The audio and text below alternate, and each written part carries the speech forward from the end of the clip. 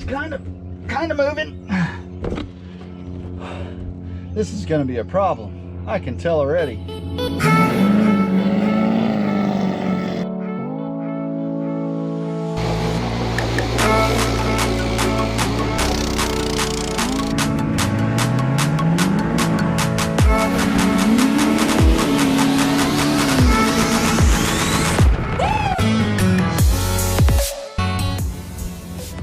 Hey everybody, welcome to the channel.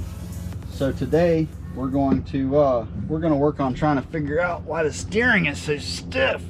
This thing should move like butter back and forth. So anyhow, we've got the motor running good now, and now we need to get the rest of the stuff working good so we can go and maybe do a little fishing.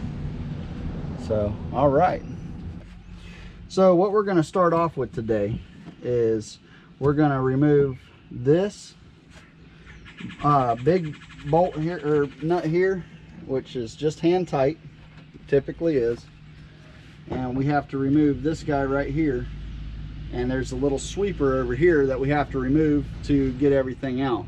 So this is the only thing we need a tool for, but we brought the whole toolbox over here in the back of the Pro Hauler. So anyhow, we're going to pull this out and try to get it freed up first, and we're going to start working towards trying to figure out what all we need to do in order to get this thing working good. So all right, we'll be right back with you.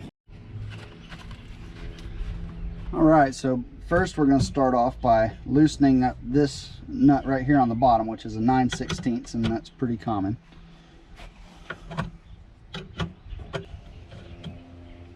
Okay, now that that is loosened up, you're going to want to make sure that your engine, if you can, have it all the way extended fully out.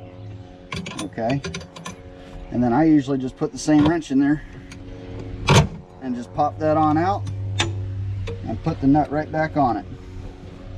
Simple, just like that. The next thing I do is I'll take this scrubber right here, and this is just for scrubbing some grease.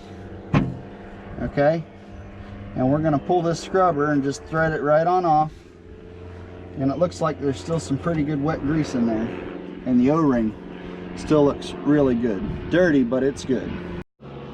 Okay, so the next thing we're going to do is I'm going to go up to that little stick up there, and I'm going to move it, and we're going to see if this will move easier now that the engine's not on there. Though the engine moves pretty easily by itself. So the engine is still in a bucket, so it won't get full turn, but I just tried moving it myself, and it really, you know, with two hands moves just fine. So it probably used some grease anyway, but we're going to test this guy out right here.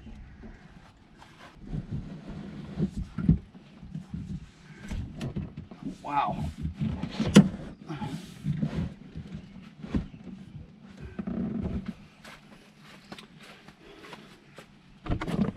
Okay, so what we have is it will move easily one direction, but not the other direction.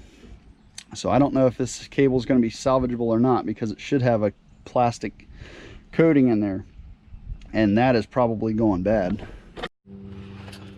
All right, so the next thing we're going to do is we're going to remove this nut right here, which, as I mentioned before, there should always be grease on the threads, and that thing should never be entirely tight.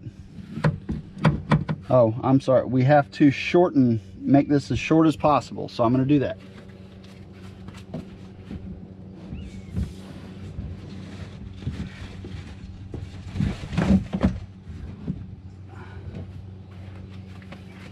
Okay, so that's the maximum short that I can get out of that. And then this is the tricky part on this boat, because this sucker is really tight.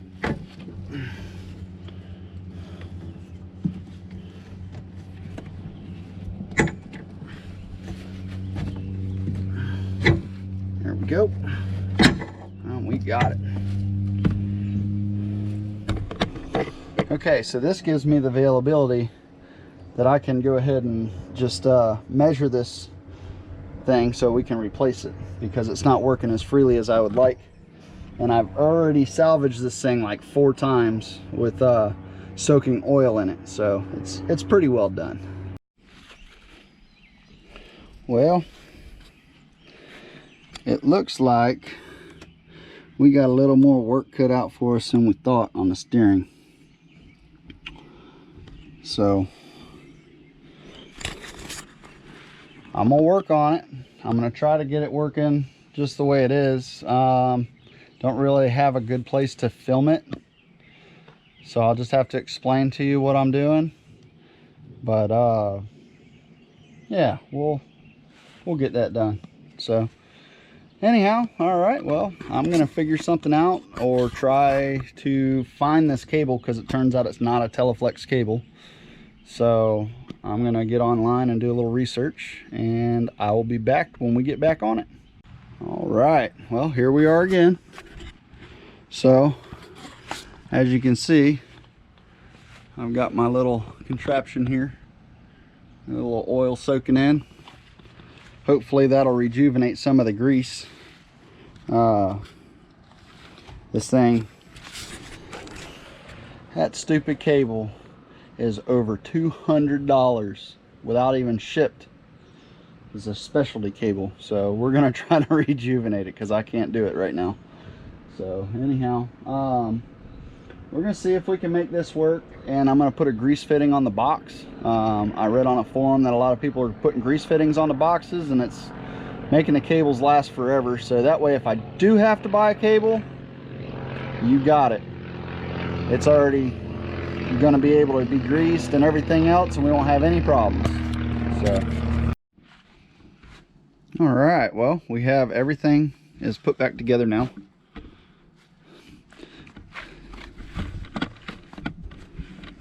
It didn't take a whole lot of oil into it, but the little bit it did get, it seemed to help out a lot. I filled the whole gearbox up with oil, or with new grease and everything too, and re-greased everything else. So I need to get to the grease fittings and everything on the engine and get it turning. So I've drained the water out, and we're getting ready to do that. So anyhow, hopefully we'll have you guys out for a test ride with us.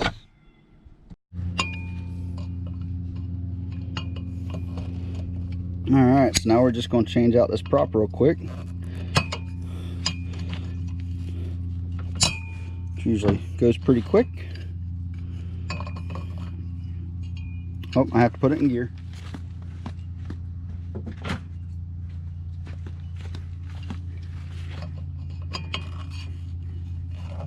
There we go.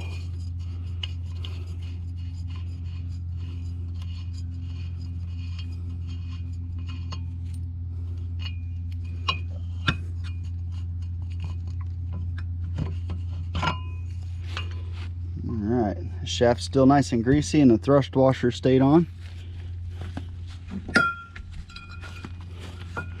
Put the old trusty 3-blader back on there.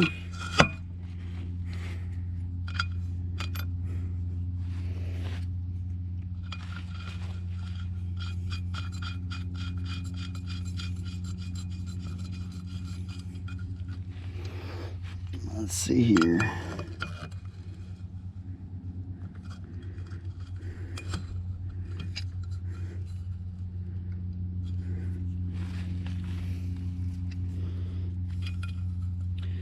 And replace this cotter pin here. It'll be in good shape.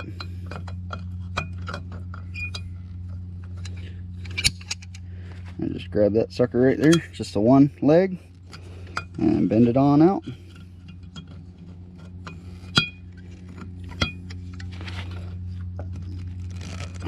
There we go.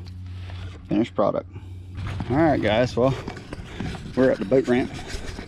Just launched. Getting ready to see what it does.